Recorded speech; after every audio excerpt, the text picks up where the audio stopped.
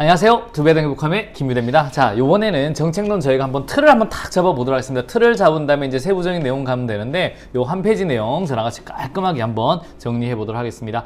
여러분, 정책학이 양이 많은데 이제 이 내용을 틀을 잡은 다음에 넣으시면요, 착착 차곡차곡 쌓여지는 느낌이 든다 라고 생각을 합니다. 자, 일단 정책이라고 하는 건 뭐냐면요, 나라의 문제를 해결하는 방법이에요. 여러분, 자, 노동 정책은 뭐예요? 노동의 문제를 해결하는 방법인 거고요. 실업 정책은 실업 문제를 해결하는 방법이 이제 실업 정책입니다. 그럼 부동산 정책은요? 부동산 문제를 해결하는 방법이에요. 그러면 이것들이 이제 어떻게 만들어지는지, 결국 이게 정책론에 대한 이야기입니다, 여러분. 그래서 일단 제일 먼저 우리 정책부터 뭔지 한번 봐요. 나라의 문제 해결하는 방법. 해결하는 방법 중에는 이제는 해결하려면 정책의 목표가 있어야 됩니다. 정책의 목표. 그 다음에 이제 그 목표를 해결하기 위한 수단이 있어야 되는 거고요. 수단. 그 다음에 이제 대상이 있어야 되는 거예요. 이게 이제 정책이 이제 보통 3요소라고 하는 겁니다. 우리 수단 같은 경우는 기본적으로, 우리 살라몬 같은 경우는 직접성이 높다, 강제성이 높다, 낮다, 이런 식으로 이제 나눠봤는데, 살라몬 같은 경우는 직접성이 높다라고 하는 경우는요, 이제 정부가 직접 하는 거죠. 살라살라, 소대, 제보, 공경, 우리 이렇게 공부를 했습니다. 기본적으로 정부가 소비하거나, 아니면 이제 정부가 직접 대출하거나, 맞죠? 아니면 정부가 제공하거나, 아니면 우리 보험 같은 경우, 아니면 이제 공기업에서 제공한다, 우리 경제적 규제, 이런 게 직접성이 높다라고 우리 나중에 배우고요. 하나하나 배웁니다. 그 다음에 이제 나머지 이제 또 보면 강제성이 높은 거, 이제 우리 작년에 한번 출제가 되었죠. 이제 경제적 규제나 사회적 규제, 기본적 규제는 강제성이 높다라고 보시면 돼요. 이건 수단에서 가볍게 한번 나오는 거, 요거 살라몬에 대한 내용 공부하시면 되고요. 그 다음에 정책 대상 한번 보세요. 정책 대상. 정책 대상은 기본적으로 여러분 가장 기본이 뭔지 아세요? 기본이 요겁니다. 여러분 체크 한번 해볼게요. 분배와 규제가 가장 기본인 거예요. 그래서 분배와 규제가 기본이고, 분배와 규제가 기본이에요. 분배가 규제입니다. 여러분 정책 보면요, 여러분 나라의 문제를 해결할 때 보면 나눠줄 것인가 아니면 팰 것인가에 대한 문제인 겁니다. 기본적으로 우리 러이 같으면 분배와 규제 정책을 기본으로 하고, 그 다음에 구성과 재분배를 집어넣죠. 러이 배구 네트를 낮게 규제하자. 그 다음에 이제 우리 알몬드 파웨 같은 경우 분배와 규제 넣고 상징과 추출을 또 새롭게 넣은 거예요. 기본적으로. 그 다음에 이제 우리 다시 배경부제 리플렛 프랭클린 같은 경우는 분배와 규제인데 규제를 세부적으로 쫙 찢어버린 거예요. 경쟁적 규제와 보호적 규제로. 그 다음에 재분배 하나 넣고, 그 다음에 이제 솔리스 베리는 분배 규제 넣습니다. 재분배 넣지만 자율 규제를 강조한 거예요. 그래서 기본적으로 한번 이론을 보면 나라의 문제를 해결할 때는 크게 두 개입니다. 나눠줄 것인가, 때릴 것인가. 그래서 분배와 규제 있고 학자들마다 자신들이 생각을 집어넣었다라고 보시면 되겠습니다. 이런 이제 세부적인 내용들 우리가 이제 하나씩 배울 거거든요. 그리고 로이가 왜 대단했냐면, 우리 로이가 나오기 전까지는 어땠냐면, 이런 정책 과정에 따라서 나중에 정책이 결정된다고 봤는데, 아니에요. 로이는 뭐라고 했냐면, 다르지. 야, 정책의 유행에 따라서 과정이 달라지는 거야. 나눠주는 거 같은 경우는 별 문제 없이 자기끼리 잘 나눠먹어. 하지만 봐봐, 뺏어서 주는 경우 같은 건 난리가 난다는 말이지. 이렇게 하면서 로이가 한번 사고의 전환을 했습니다. 그래서 항상 정책학 논문 같은 걸 보면 뭐라고 하냐면, 로이의 정책 유형 중에 어디에 해당된다, 그래서 어떻게 될 것이다, 이런 식으로 만들었습니다. 그래서 로이라는 학자가 정책학에서 굉장히 좀 이제 대단한 사람인 거죠. 그래서 이제 로이는 어떻게 나눴냐면, 이거 같은 경우는 나중에 개별적으로도 나오겠지만, 이거는 대상이 개별이냐 아니면 환경 전체냐, 이게 직접적 규제냐 간접적 규제냐, 강제력이, 이걸 가지고 분배정책, 규제정책, 구성정책, 재분배 정책으로 나눴습니다. 이런 내용들을 뒤에서 이제 하나 배워볼 겁니다. 일단 암기하는 법도 약간 한번 보시면요, 러이 배구 네트를 낮게 규제하자. 그래서 배구 규제, 배구 규제라고 보시면 돼요. 배구 네트를 낮게 규제하자, 이렇게 합니다. 왜냐하면 기본적인 문제가 구분하는 문제부터 많이 나오거든요. 그 다음에 알상추, 알몬드 파웰은 분배 규제는 기본이고, 이제 상징하고 추출을 집어넣은 거예요. 다시 배경보제 리플렛 프랭클린, 다시죠. 다시 배경보제, 여자친구 남친구 살 때 배경 봐야죠. 다시 배경보제, 이렇게 외우는 거예요. 그 다음에 우리 한번 또 가보도록 하겠습니다. 솔리스 베리, 자율 규제, 요걸 집어넣은 거예요. 그래서 우리 알몬드 파웰 낼 때는 상징과 추출을 내는 거고요. 우리 플립 프랭클린을 낼 때는 경쟁적 규제와 보직 규제가 강조점이 되는 겁니다. 서비스 베이는 자율 규제가 되는 거고요. 요거에서 주로 이제 한 문제가 출제가 된다라고 보시면 되겠습니다. 요런 거는 지금 틀만 잡는 거니까요. 아, 이런 게 중요하구나 생각하고 뒤에서 이제 하나하나 테마를 잡아가도록 하겠습니다. 자, 여러분, 이렇게 이제 큰 페이지를 한번 보시면 여기서부터 딱 보면 이게 흐름이 있어요. 자, 한번 갑니다. 어떻게 흐름을 잡냐면, 자, 일단 나라의 문제가 한번 터지잖아요. 이걸 해결할 거다라고 이제 아젠다로 삼는다라고 하는 게 정책 의제라고 하는 겁니다. 이 정책 의제, 아젠다로 삼는다. 그 다음에 이제 아젠다로 삼은 다음에 이제 뭘 하냐면 해결해야 되잖아요. 그러면 이제 여러 대안들이 있을 거 아닙니까? 그 대안들을 뭐 한다? 예측하고 분석을 해보는 거예요. 예측하고 분석. 그 다음에 이제 예측을 분석한 다음에 이제 하나 결정을 해야 되잖아요. 이제 하나를 대안 중에. 그럼 하나를 결정을 합니다. 그 결정을 한 다음에 이제 하나를 뭐 하냐면 이제 집행을 해봅니다. 집행을. 그리고 집행을 해본 다음에 나중에 뭐 한다? 평가를 합니다. 이 흐름대로 가는 게 여기서도 끝까지 배우는 게 이제 정책학에 대한 내용을 배우는 겁니다. 아시겠습니까? 요 내용들. 의제 설정하고 해결해야겠다라고 싶으면 여러 대안들이 나오면 그걸 예측 분석하고 그 중에 이제 나의 기준에 따라서 하나를 결정하고 그 다음에 이제 결정했으면 집행을 해보고 집행을 하면 평가를 한다라고 보시면 되겠습니다. 그런데 일반적으로 이제 정책 의제 같은 경우는 한번 크게 한번 보시면 좀 키워볼게요. 크게 보시면 가장 기본적으로 연구했는 게 뭐냐면 이제 가만히 보니까 정책 의제가 어떻게 설정되는지 보니까 기역, 니은, 디귿, 리을 외부 주도형입니다. 이제 우리 사회 문제가 생기면 이게 이제 오케이 우리가 이제 이슈가 탁 되는 거예요. 촉발장치 이슈가 되고 그걸 이제 우리가 공감을 합니다. 야, 이거는 정부가 해결해야 되는 거 아니야? 라는 이제 우리 체제 의제가 되고 그다음에 이거는 정부가 나 선택했어 해결할 거야 라는 이제 우리 정책 의제가 되는 겁니다. 기본적으로 정부 의제, 오케이? 제도 의제가 되는 거예요. 일단 이런 식으로 기역, 니은, 디귿, 리을로 이제 먼저 연구를 했는데 이제 그 다음에 이제 또 해보니까 콧바 1가 있는데 콧바 로스가 보니까 이제 요것뿐만 아니라 다른 쪽도 의제되는 과정이 있는 거예요. 동원형 같은 경우는 바로 사회 문제가 바로 이제 우리 공식 의제가 되는 거예요. 그 다음에 이제 니은, 디귿, 정부가 행정 PR을 하는 겁니다. 이런 식의 우리 의제 설정되는 방법도 있구나. 이게 이제 동원형인 거고요. 또 연구를 해보니까 내부 조건형 바로 기역에서 리을로 갑니다. 사회 문제가 바로 이제 정부 의제로 간 다음에 이제 몰래 국민한테 흘리지 않는 게 나오는 거예요. 이런 게 나왔고 좀 더 이제 또 더 연구해 보니까 메이 같은 경우는 여기에서 가만 보니까 국민들이 막 좋다고 해요. 그걸 이제 굳히기 들어가는 이런 굳히기형도 있는 거예요. 아시겠습니까? 그 다음에 또 이제 어떻게 정책 의제가 되는지 한번 보니까 정책 흐름의 창, 정책의 창 모형, 킹덤 같은 경우는 막 문제 흐름, 정치 흐름, 정책 흐름이 가다가 우연히 촥 퍼지면서 이제 우리 의제화가 되는 거예요. 그런 것도 보고 포자는 가보니까 아니야. 환경이 더 중요해. 이런 식으로 또 연구를 한 겁니다. 그 다음에 이슈 관심 주기예요. 여러분 이건 이슈마다 경쟁을 통해서 주기가 있는 거예요. 그럼 시간이 지나가면 또 바뀌는구나. 이런 게 또 연구했고요. 가만히 보니까 또 동영화는 전 세계적으로 이제 의제화가 비슷하게 되는 거예요. 이런 걸 또 연구했는 게 이제 나옵니다. 그럼 여기서 이제 출제가 되는 게 뭐냐면 외부 주도형, 동원형, 내부 조건형, 굳히기 이런 데서 이제 보통 이제 바꿔서 한 문제가 출제가 되는 겁니다. 자, 밑에 이제 요 내용들인데 요 내용은 이제 이건 정책에서 나온 내용이에요. 정책에서 가져온 건데 이제 이런 의제 설정이나 결정을 어떻게 하느냐, 엘리트가 하느냐, 아니면 노랑이, 빨강이, 파랑이가 하느냐 이런 식으로 나왔습니다. 우리 엘리트론에는 미모파, 맞죠? 미엘스, 모스카, 파레토, 미국은 밀즈와 헌터 이런 학자들 배워야 되는 거고요.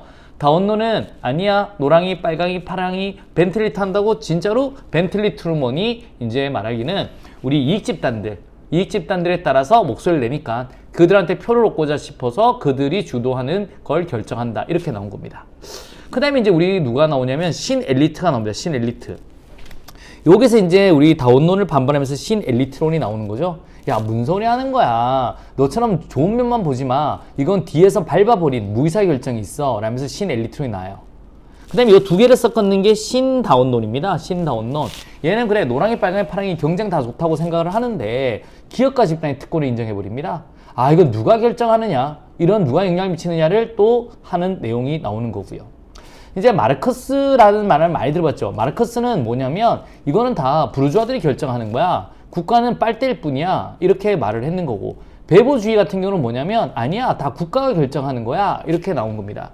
반면에 조합주의는 이게 조합주의가 의의를 갖는 건 뭐냐면 조합주의는 하나의 축, 정부도 하나의 축을 가지는 거야. 그래서 우리 노사정 협의회처럼 정부도 적극적 능동적 역할을 해 라고 하면서 나온 거예요. 그런데 약간 이쪽에는 다 이분법 쪽이에요, 여러분. 그래 국가가 하느냐 아니면 민간이 하느냐 이런 사고인데 이제 네트워크가 나온 거예요. 정책 네트워크. 이게 이제 중요한 게 미국에서 제일 처음에 하위정부 모형이 나온 거예요. 여러분 하위정부 모형. 이제 여기서 이제 보면 우리 의원하고 관료와 이익 집단들이 철의 삼각을 맺고 얘들이 이제 주로 다 정책을 결정한다고 나온 겁니다. 아시겠습니까? 그러니까 이제 하는 말이 이제 해클로라는 학자는 미국에서는 야 무슨 소리 하느냐 미국이 얼만큼 다원화되었는데 뭐 얘들이 몰래 결정한다고? 아니 모든 사람이 참여하기도 하고 모든 사람이 나가기도 한다. 이슈 네트워크를 주장한 겁니다.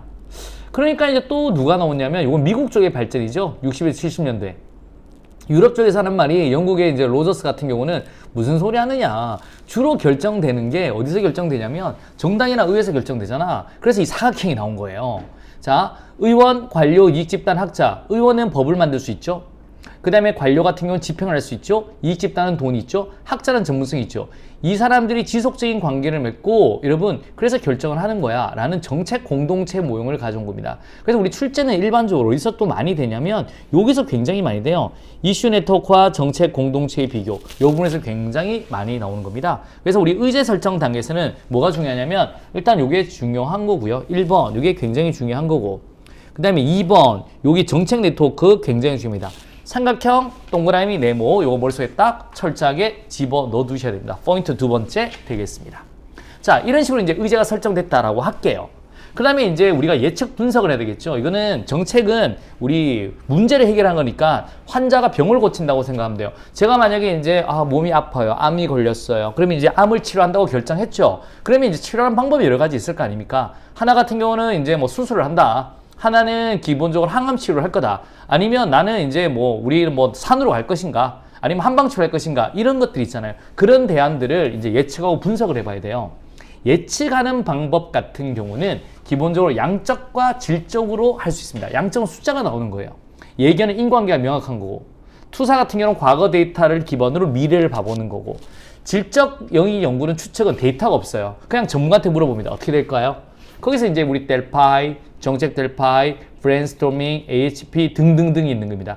이런 식으로 기본적으로 예측을 하는구나 라고 보시면 되고요. 우리 시험은 여기 델파이와 정책 델파이에서 잘 놉니다. 세 번째. 요게 포인트 되겠습니다. 그 다음에 이제 비용 편익 분석과 비용 효과 분석도 한번 해봐야 되겠죠. 비용 편익 분석은 비용도 화폐, 편익도 화폐잖아요. 그러면 이제 여기서 이제 보통 할인율 나와서 현재에서의 비용과 편익으로 계산을 하는 거예요. 여러분 잘 보세요.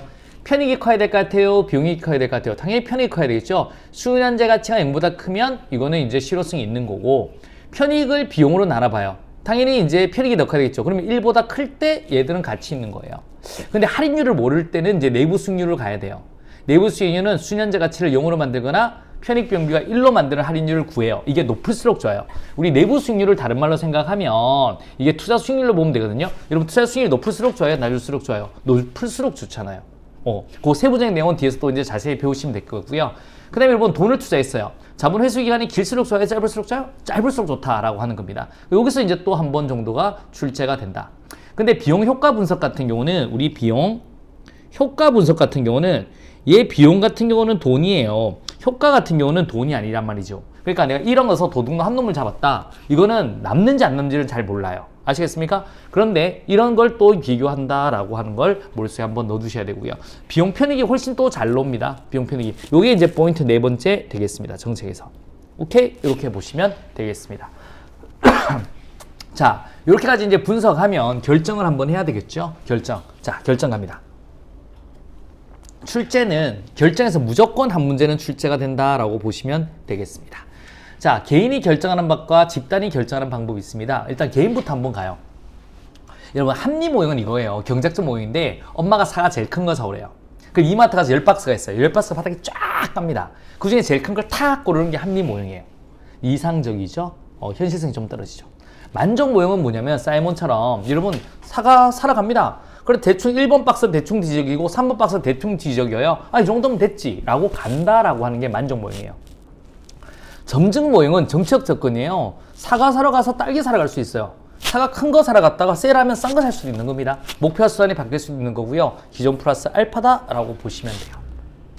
그냥 혼합 탐사 보세요. 이게 합리 모형으로 다 보기는 너무 힘들잖아.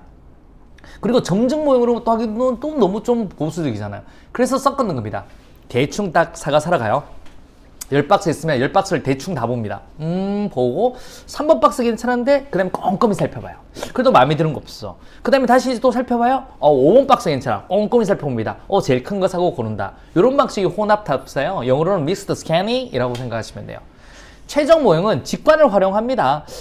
우리는 보통은 제일 밑에 쪽에 있는 게 기본적으로 큰 게 있던데 딱 일단 직관을 해서 선택한 다음에 밑에 박스를 싹 골라서 제일 큰 걸 골라요. 그게 최종 모형입니다. 드로우의 직관을 활용한다. 이런 식으로 개인이 결정한다라고 보는 거고요.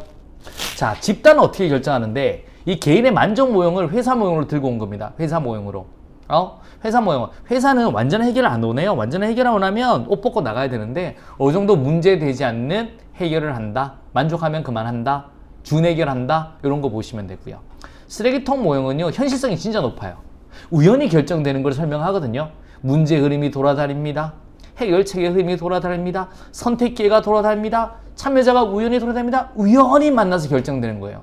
이런 쓰레 같은 현실의 문제 해결은 참선을 통하자 이렇게 머릿속에 외우시면 돼요. 여러분 이런 거 뭐냐면 친구들끼리 소주 한잔 먹으면서 안주 뭐 먹을까 고민할 때 있죠. 야 우리 뭐 먹지?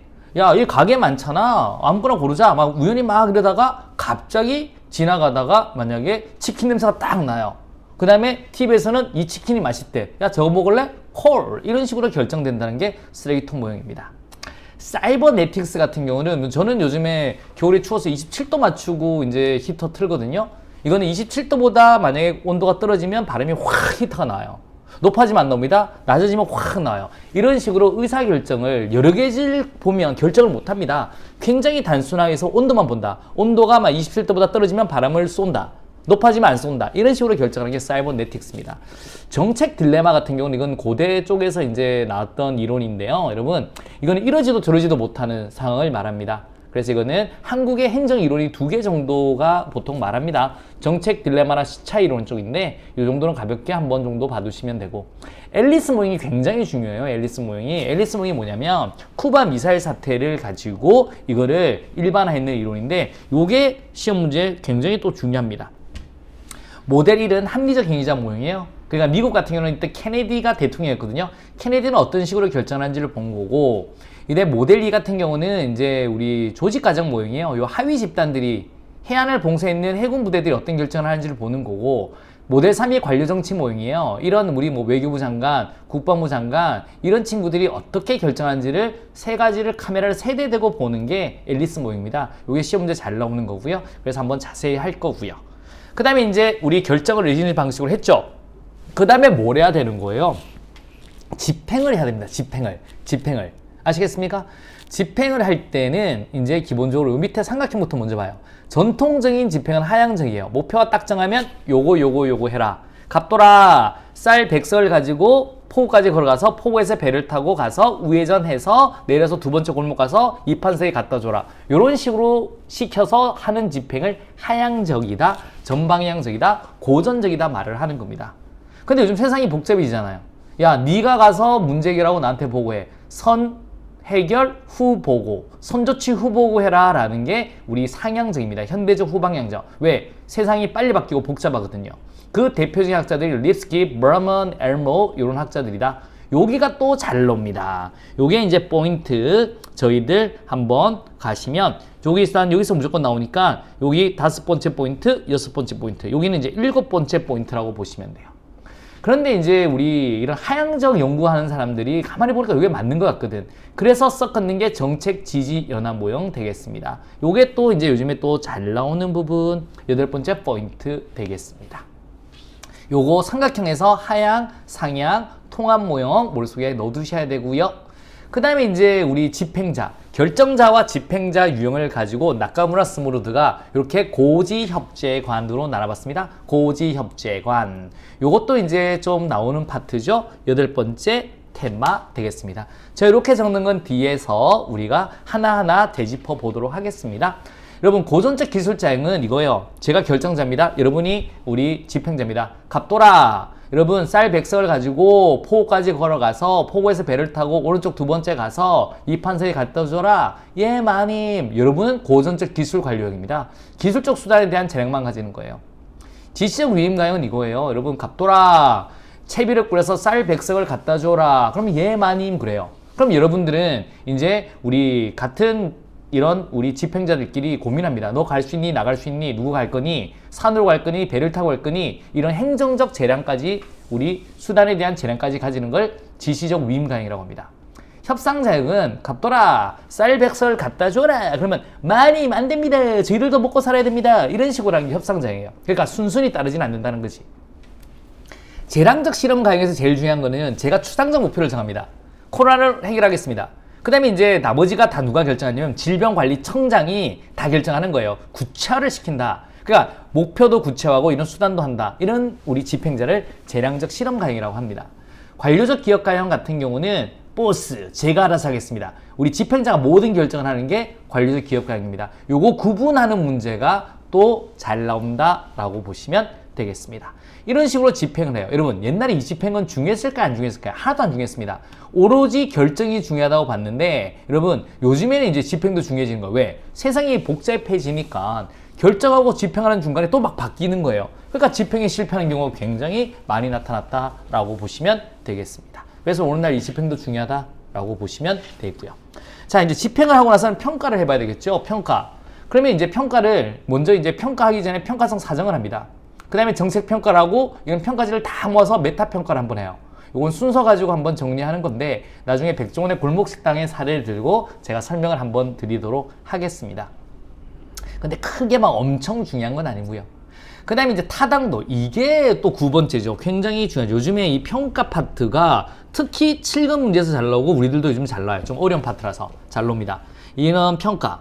자, 타당도는 이제 제대로 평가하는 건데 내적 타당도는 정책이 내적 타당도가 있다. 인과관계가 있냐라는 거예요. 그래서 시공경 요거 배워야 되고요. 외적 타당도는 그 정책이 일반화할 수 있는가에 대한 문제인 겁니다. 요거. 그 다음에 구성적 타당성은 조작적 정의. 여러분 우리가 여러분이 생각하기는 상류층이라면 뭐가 상류층이에요? 돈 많은 사람? 그렇게 연구하면 잘못돼 버린 거예요. 왜냐면 상류층이 돈만 많다고 상류층 아니잖아. 그럼 범죄자도 돈만 많으면 뭐 상류층이에요? 그래서 어떻게 정의를 잘하냐면 뭐 우리 물론 직업도 봐야 되고 우리 노블리스 오블리주도 봐야 되고 여러 가지 뭐 우리 윤리의식도 봐야 되고 이런 거 돈도 봐야 되고 다 보는 거예요. 직업도 보고. 이게 조작성을 잘해야만 이 정책에 대한 연구가 제대로 됩니다. 그 다음에 통계적 결론의 타당성이 뭐냐면 제대로 측정을 해야 돼요. 효과 있으면 있다, 없으면 없다. 이런 걸 해야 됩니다. 라고 하는 거를 배우는데 특히 여기서 뭐가 중요하면 내적 타당도과 외적 타당도 이게 중요해요. 아시겠습니까? 그런데 이런 타당도를 저해하는 요인 이런 것도 하나하나 다 하셔야 됩니다. 엮어서 나옵니다. 그래서 외적 타당도를 저해하는 요인을 이렇게 봅니다. 호상, 다크, 표본 뭐 이렇게 호선 효과 그 다음에 이제 뭐 우리 크리밍 이런 식으로 이제 표본의 대표 형태 이런 식으로 쭉 외울 거고요. 자, 이제 우리 정책은 우리 실험을 한번 해봐야 됩니다. 여러분 실험을 하는 이유는 뭐냐면 그냥 일반적으로 해버리면 돈이 너무 많이 들어요. 그래서 실험을 해서 효과 있으면 이제 하는 건데 실험과 비실험을 나누는 기준은 통지 집단이 있느냐 없느냐 얘는 있고 얘는 없어요. 그래서 주로 우리가 사회실험이라면 요걸 말해요. 진짜 실험은 실험실 가서 하는 실험, 자연과학처럼 준실험은 현실에서 하는 실험. 그래서 이제 요거는 우리 실험 집단과 기본적으로 통제 집단이 일치하느냐 일치하지 않느냐로 이제 보통 나눕니다. 그 여기까지 가서 한 세트예요. 요 세 개에서 나옵니다. 특히 요즘에 요게 어렵게 나와요. 이거 너무 어렵게 나옵니다. 오케이? 그래서 이 내용을 잘 하셔야 되고요. 이제 평가해봤습니다. 그러면 이제 정책을 유지하려면 하고 그 다음에 승계하려면 하고 그 유지와 요 승계 구분하는 게 또 중요해요. 유지하든가 승계하든가. 그 다음에 혁신은 사회 문제가 생겨서 새롭게 정책을 만드는 게 혁신이고요. 종교는 이제 없애버리는 거예요. 여러분 이런 과정을 통해서 우리가 정책 학습을 하기도 한다라고 보시면 되겠습니다. 그래서 9번하고 이 10개 지금 10번째 테마입니다. 요 10번째 테마까지가 굉장히 중요하다. 그래서 우리 2단원에서 이렇게 틀을 정책이란 무엇인가 한번 봤고 그 다음에 의제 설정, 예측 분석, 결정, 집행, 평가까지. 그래서 여기에서는 한 10개, 여기서 이제 하나 정도, 11개, 12개 정도, 11개 정도인데 요 과정에서는 10개 정도 테마가 굉장히 중요하다 라는 겁니다. 이걸 우리 뒤에서 이제 하나 보도록 하겠습니다. 여러분, 행정학은 틀이 중요합니다. 틀 안에 착착 넣어야지 흩어지지 않습니다. 그래서 틀을 만들어주는 강의. 오늘 이걸 했으니까 다음부터는 좀 길었죠? 틀은 길어요. 나머지는 이제 하나하나 또 짧게 저같이 우리 5분, 7분 정도의 5분 행정에서 또 뵙도록 하겠습니다. 자, 오늘 틀을 잡았으니까 이거 반복해서 봐주세요. 굉장히 고생하셨고요. 이해 안 돼도 좋습니다. 뒤에 세부적으로 하나하나 할 겁니다. 자, 오늘 고생하셨고요. 나머지 우리 2배 더 행복함 하나하나 5분 행정에서 또 뵙도록 하겠습니다. 수고하셨습니다.